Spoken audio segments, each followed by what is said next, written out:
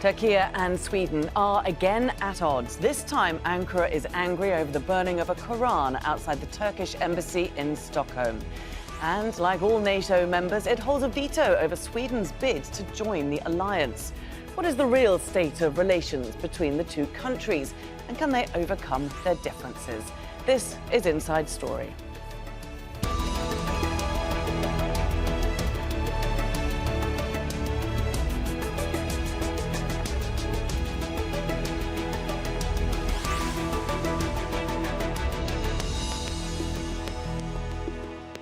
Hello there and welcome to the programme. I'm Laura Kyle. Turkish-Swedish relations are again in the spotlight. That's after a far-right activist destroyed a copy of the Quran outside the Turkish embassy in Stockholm on Saturday. Police didn't intervene when Rasmus Paludan, who has both Danish and Swedish nationality, addressed a small group before desecrating Islam's holy book. Turkiye cancelled a visit by Sweden's defence minister and summoned its ambassador.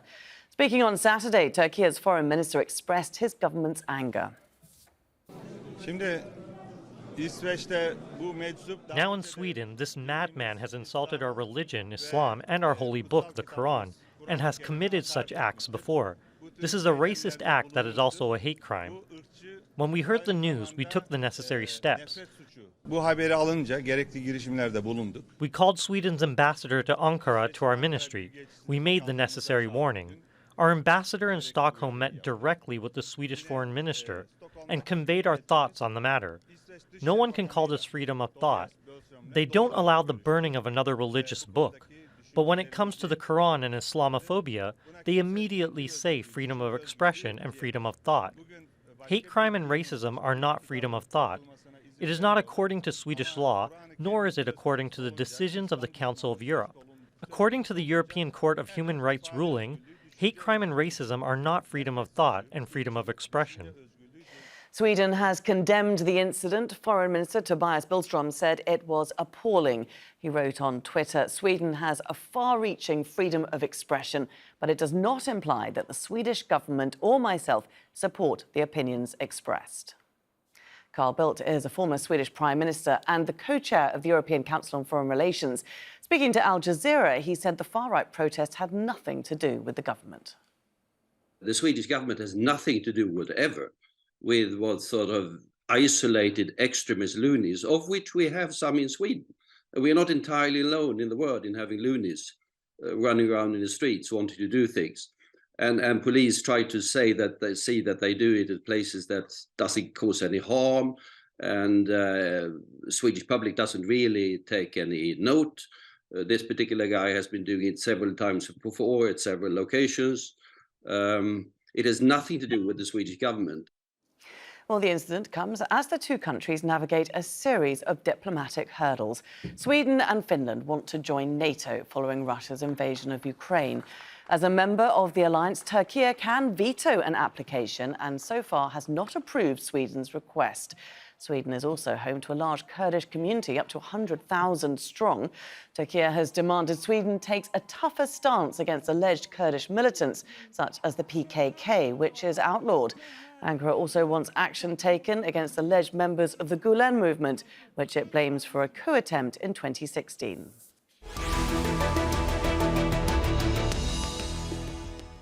OK, well, let's bring in our guests now. And in Stockholm is Philip O'Connor, a journalist covering social and political issues in Sweden for more than 2 decades. In Ankara is Ahmet Keser, associate professor at Hasan Kalyoncu University and a specialist on Turkish foreign policy and security issues. And in Oxford, we're joined by Samuel Ramani, Associate Fellow at the Royal United Services Institute. A very warm welcome to all of you. Philip, let's start with you and Sweden's freedom of expression. Is it too far-reaching, allowing such a provocative act like this that many countries around the world would consider a hate crime? I think that's the big debate in Sweden at the moment, Laura, after the burning of the Quran. As mentioned in the report prior to our discussion there, this is not the first time that Rasmus Paludan has done this in Sweden. He seeks to go around, he seeks to provoke this kind of reaction, and he's made it very much about freedom of speech. Now, there's no sort of coincidence that he's going around burning a Quran rather than a Christian Bible, because this is the kind of thing that he thinks is going to provoke a backlash against Muslims in this country. And he is part of the movement that doesn't want to see any Muslims in this country. So far, what he did yesterday is entirely legal. That's the way it's been interpreted in this country. Freedom of speech it's a constitutionally protected right here in Sweden, and it's very, very well protected. So as the foreign minister was saying, he may not agree with what was said yesterday, but he does agree with the right to say it. The problem that many people would see here, Laura, is that it wasn't a problem when Paludan was going to Muslim suburbs, or predominantly Muslim suburbs, in places like Rinkeby outside of Stockholm, or Rosengård outside Malmo. There, no minister came out and said this was terrible for several years whilst Paludan was doing it. But now, in the middle of the process of applying for NATO membership, and when this angers Turkiye, all of a sudden the government appears to be taking it much more seriously than what they did previously. The Turkish foreign minister said there that the countries would not allow the burning of other religious books. Is that correct, or would Swedish laws also allow the burning of the Bible? I think it's open to interpretation. You would have to say that, given that they say this about the Quran, well, then automatically they would have to say the same thing about the Bible. They would have to say the same thing about pride flags, etc. There are anti-hate speech laws in this country, but it's very much, it's very hard to predict what way the courts are going to judge in certain ways. Yesterday, I mean, there was probably more police and journalists there yesterday than there was spectators, and yet not one of them saw fit to arrest Paludan for any sort of heresy or any sort of blasphemy whatsoever. So it would appear that what he did yesterday, and not only that, he had to apply for permission to have this little gathering yesterday. So to every extent possible, it was entirely legal. Nobody intervened from the police in that. And of course, doing it at the Turkish Embassy was the most provocative thing. So you would imagine that, the burning of a Bible would be equally tasteless, but equally legal under Swedish freedom of expression laws as they stand and are interpreted at the moment. Ahmed, when you hear this, I mean, it comes down, doesn't it, to simply being a clash of values. Would you perhaps agree that Turkey has overreacted to something that's happened in another country that abides by different laws? The event hardly attracted any attention and, to be honest, received a relatively muted response from the rest of the Islamic world.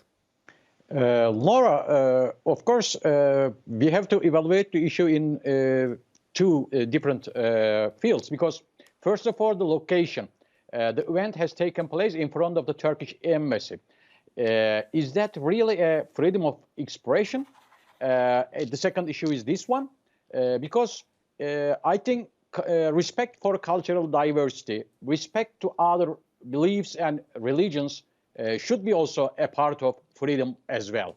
Because if you directly start attacking to other religions, their holy books and other holy things, or prophets, etc., then this will go on with other dramatic activities, incidents as well.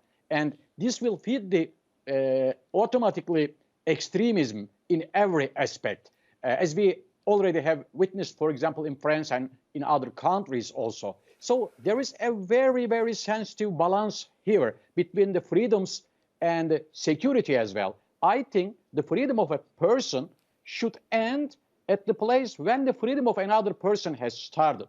So we should be very careful about this one. Of course, the baseline and the ground to come together to get a mutual agreement should be the legal issues and the regulations here. But the interpretation of the regulations may be different from the perspectives of two countries. And of course, Turkey will interpret it through her own window. And I think she's right at the moment, because in Turkey, nobody will attempt such an issue in front of the Swedish embassy to burn a Bible or something like that. Then it will not be evaluated as a freedom of expression. You do say, though, that it risks other provocative acts following on from this. I mean, the argument perhaps, though, is that Ankara's response to this act has caused much more of a coverage of this event than was initially there. I mean, there was a counter-protest of some 100 people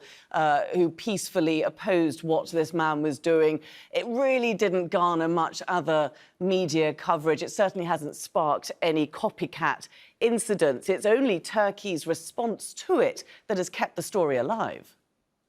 I think we should evaluate in this way, because each little fire may trigger another one in Europe. So I think the governments should take precautions which may have a potential to feed other extremist actions for other communities. Because in every country, there are a lot of immigrants and minorities. So you have to protect their rights also, because if this starts to be a clash between the cultures and the religions in Sweden as well, for example, then on the one side, Islamophobia or anti-Islamic movements. On the other side, some from the migrant groups, other actions may start, and then this may give pay to other actions, destructions, protests, etc. in everywhere. So I think the governments should be very careful about this one.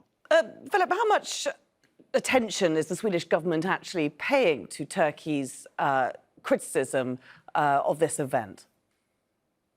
Well, I think they're very sensitive at the moment, Laura, just because of the NATO application and because of the sensitive nature of those discussions. You mentioned in your introduction there about the status of the Kurdish people. I think Turkey is trying to maximize anything that it can get from these negotiations before it eventually does allow Sweden and Finland to join NATO. But Ahmed made a very interesting point there about fire, and this small fire may be leading to bigger fires. One of the things that fire needs to prosper is, of course, oxygen. And by giving Paludan the oxygen of publicity, we're actually sort of feeding the fire of what he did. Again, he's done this many times before, and it hasn't provoked this kind of response. In fact, people in Sweden and around Europe, and maybe even in the Muslim world, have tired of what he was doing. I was speaking to a school child recently. He tried to burn a Quran outside a school at one point, and the local kids, to try to provoke local Muslim kids into maybe doing something violent, and they just ignored him, and the protest didn't happen. In the end, he didn't even burn the book. But by us coming and having this discussion today, it's almost like we're giving it a credibility that it doesn't deserve.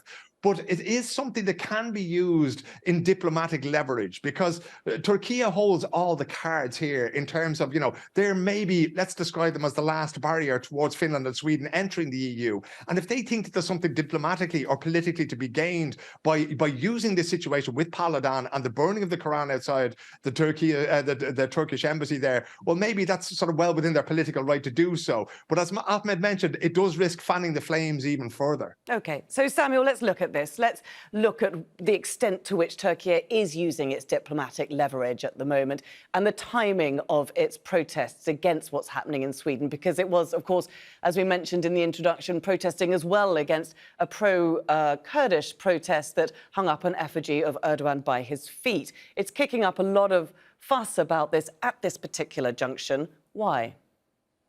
Well, I think that there's several factors here. First of all, there's a domestic political factor, obviously. Erdogan is looking towards elections. He's looking towards his political survival and showcasing Turkey as a strong actor against Islamophobia across the world, especially in the Western world, is part of his domestic image. I mean, from criticizing the forgotten genocide against the Rohingya in Myanmar to calling out Islamophobia in Europe. That's a key part of his brand of foreign policy.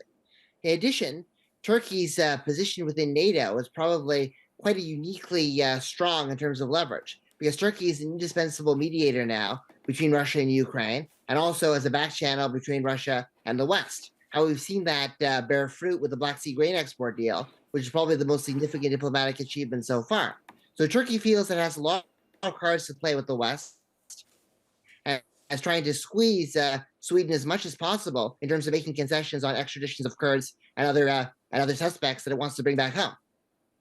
Ahmed, to what extent would you accept that? Is Turkey stalling on Sweden joining NATO, and why is it? Here, I think there are also three different sides and parties in the issue. On the one side, Turkey, which is a member of the NATO and who holds a veto card in her hands. The second, Sweden, And I think in Sweden also there are different parties, and also some parties I think are opposing for the membership of the Sweden to NATO. And so we see this kind of incidents which may provoke the anger of Turkey and which will support Turkey's opposition for the membership of Sweden to NATO. So we can see this kind of Quran burning or Erdogan's pupil hanging or those kind of protests and events in Sweden.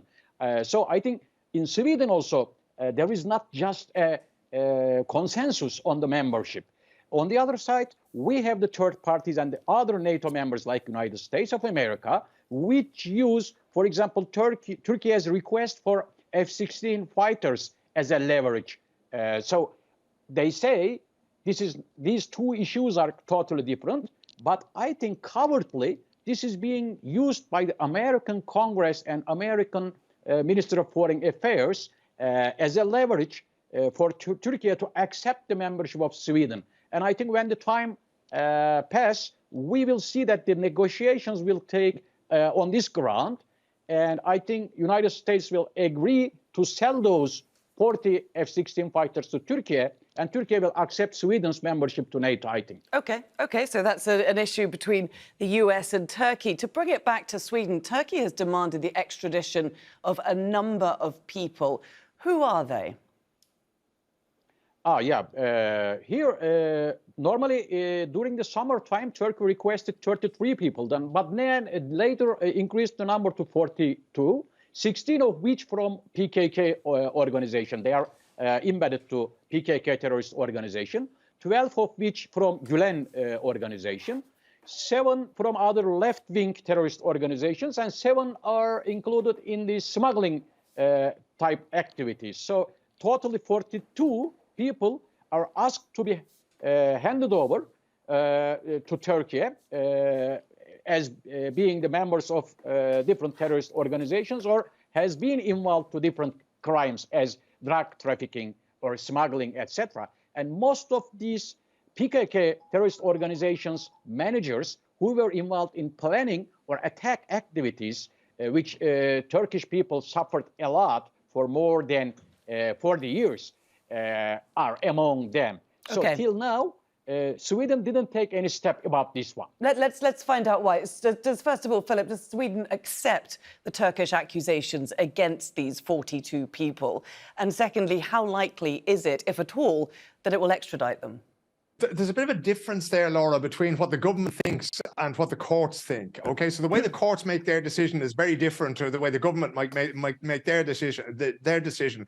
And you have to look at the cases, all the cases, the extradition cases that come before the courts, what people are accused of, and not least if they can expect a fair trial when they do get to Turkiye, if they are extradited there, and how will they be treated? Will they be subjected to torture? Again, will they have the right to a fair trial, to a fair defense, and so on? And that's been the sticking point in many of these extradition cases. As far as I know, some have already been extradited and there are many more cases going through the courts.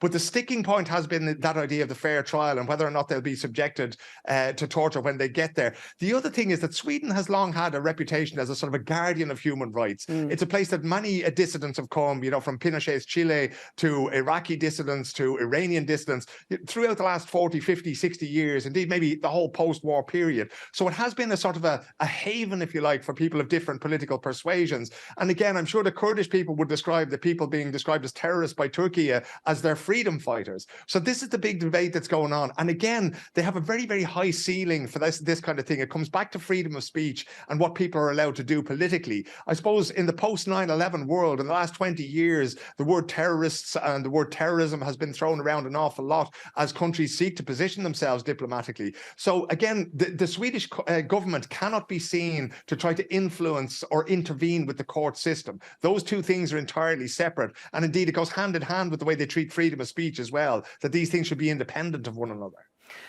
Samuel, how sensitive is Turkey to Sweden's support of the Kurds, real or imagined?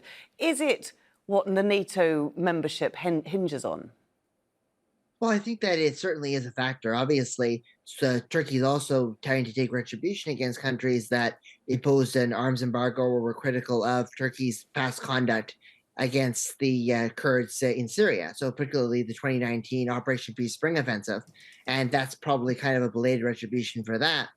But I think that if obviously there have been a fractious history of relations between Sweden and Turkey since 2010, but if the NATO membership issue was not on the table, it probably wouldn't have been as significant as a bargaining chip. So I think that the NATO membership is really what's driving it, but there is a history of tension and disagreements over Turkish policy in Syria and Sweden, and a general up and down relationship and bilateral nature since 2010. Yeah, I just want to cut across you there, Laura. My apologies. I think it's very important as well to see the Kurdish perspective in this, because these are people, dissidents who came here from various parts of Kurdistan, who feel that they were offered a sort of a haven here in Sweden. And now all of a sudden that they're being sacrificed at the altar of Sweden's application to NATO because Turkey wants to react in this particular way. And there's more than 100,000 maybe people of Kurdish extraction here in this country, and they feel quite betrayed. And that in turn is sort of adding to both the local political thing, but also the geopolitical situation with Turkey. How is this question going to be handled? And yet again, as has so often happened in this part of the world, the Kurds are in the center of this storm. Ahmed, Turkey has many Uyghur citizens that it shelters within Turkey. It wouldn't extradite them to China. Is that not the same situation? We can look in that perspective. I think it is normal for countries to have different perspectives, but they should try to have an empathy in this case. For example, if any terrorist organization in Sweden makes bombing attacks and then Turkey starts to be a safe haven for them to live, what might regular Swedish citizens think about this one? So the situation is more or less similar, but I think handing over the people or defining them as the freedom fighters should be left to the, of course, and the evidences should be evaluated in this way. Not the politicals will decide who will be handed over or deported, within this manner. So we have to respect for the decisions of the courts for both countries. And also the Sweden side should ask for the evidences. And if it's proved that these are directly involved in such terrorist incidents, then I think the precautions should be taken legally in this way. But this shouldn't be a kind of threat for the freedom of all other Kurds living in Sweden. So the misunderstandings should be prevented as well, I think, in this perspective. Ahmed, is it fair to say, though, that it suits Turkey to be stalling on Sweden and Finland's membership to NATO as it tries to navigate a relationship between Ukraine, but more critically with Putin? We will see. A very difficult question, actually. Maybe for Finland now, a little bit, Turkey is getting more and more positive because in Finland, I think we have less members because Turkey was asking only for 6 people. But for Sweden, it is getting difficult every day because we see the protests and the provocation is increasing, actually. I think some organizations are trying to give destruction or harm to this progress, the membership of Sweden progress to the NATO as well. So we will see, because the Russian war in Ukraine has turned out to be a real threat for some of the European countries, and that's why they do not feel comfortable for themselves. And Turkey for many years protected and has become the front line at the southeastern part of NATO. That's why. And I think today, Turkey also wants other countries to understand Turkey's security threats and evaluations as well in their perspectives as well. Samuel, we should look at it in this way. I just want to give the last point to you. Do you think Sweden and indeed Finland will get granted membership of NATO by Turkey without them having to sacrifice their moral superiority, their moral superpower? Well, I think that's a great question. I think that there may be some sacrifices that are made on the edges, like selective extraditions or selective, which are done by the courts. I think in general, it will probably be achieved. First of all, there's a tremendous amount of political will inside both Sweden and Finland to get this done. They've abandoned neutrality. Sweden is concerned about a Russian threat to the Baltic states and even to Gotland. Finland is equally concerned about the Russian provocative naval drills in the Gulf of Finland. And moreover, in addition to those conventional threats, Sweden and Finland are actively cooperating with NATO on arming Ukraine, participating in cybersecurity exercises, and also creating an integrated Baltic Sea front. And even if Turkey's more sympathetic towards Finland right now, Sweden and Finland have got to join together. So I think they ultimately will join. There'll be a lot of pressure from other NATO states to make Turkey cave on this. So if Turkey gets some marginal concessions, and if Hungary, as expected, next month votes for Sweden and Finland to join the alliance, I think that they're probably going to join, and this impasse will be resolved, hopefully in 2023. OK, it's been a great discussion. Thanks very much to all our guests for joining us today, Philip O'Connor, Ahmet Keser and Samuel Ramani. And thank you too for watching. You can see the programme again anytime by visiting our website, that's aljazeera.com. And for further discussion, do go to our Facebook page, that's facebook.com/AJ Inside Story. You can also join the conversation on Twitter. Our handle is @AJ Inside Story. From me, Laura Kyle, and the whole team here, it's bye for now.